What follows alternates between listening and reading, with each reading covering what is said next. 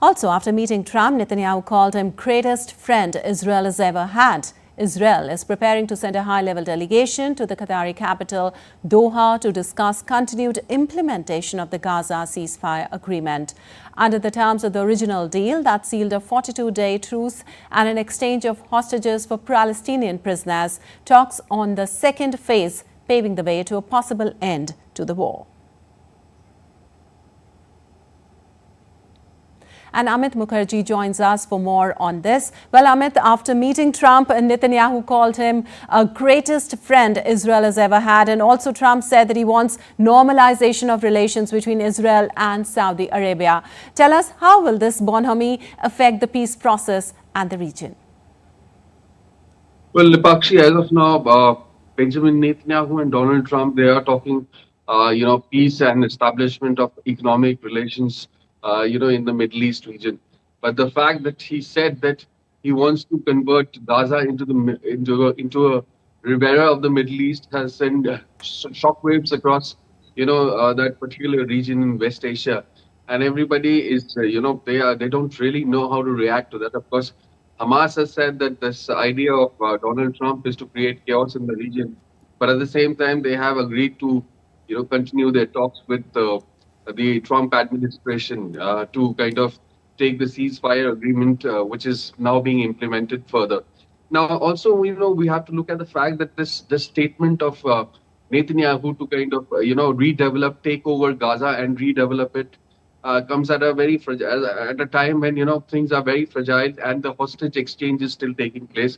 So far, out of the 33 hostages with Israeli hostages who are expected to be released in the next 6 weeks, since the hostage release actually started happening from January 19th, a day before Trump took over as president of America.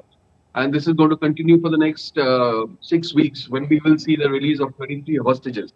So again, this is at a very fragile stage, and these kind of statements which are being made, doesn't not only has implications on Gaza and Israel, but also on other people, on the other countries who were involved in the ceasefire deal. For instance, Egypt, Donald Trump, while saying that it will take over Gaza.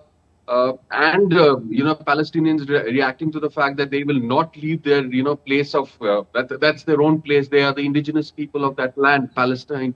They will not leave Gaza.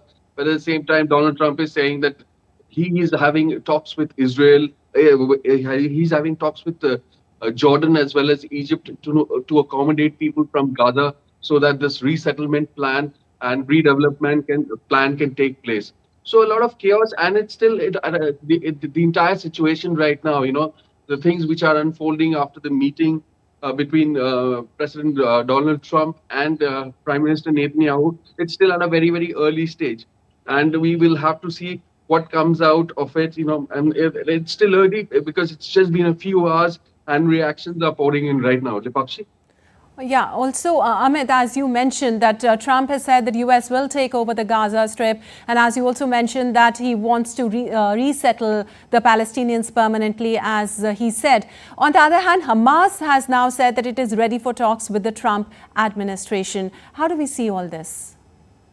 Like I said, the statements which are coming out right now are still at a very, very early stage. The meeting between Netanyahu and President Trump has happened just a few hours back, and people are still, all those who are involved in the West Asia right now are still waiting to respond to what things are how things are playing out. We must also not forget that during the, post the discussion. President Donald Trump also came out saying that the embargo which was slapped on Israel, the arms embargo the de facto arms embargo stands lifted. So again, a lot of things in multiple directions are moving right now, and one needs to kind of put things together once all the reactions come in. Now, Saudi Arabia, while saying, in fact, President Donald Trump was also asked about the fact, when he made the announcement about resettling Gazans outside. Palestinians outside Gaza. He was asked about whether Saudi Arabia has asked for a separate state, to which Donald Trump responded in the negative, saying no, they haven't. A lot of pieces to the jigsaw puzzle right now. Thank you so much, Amit, for all those details.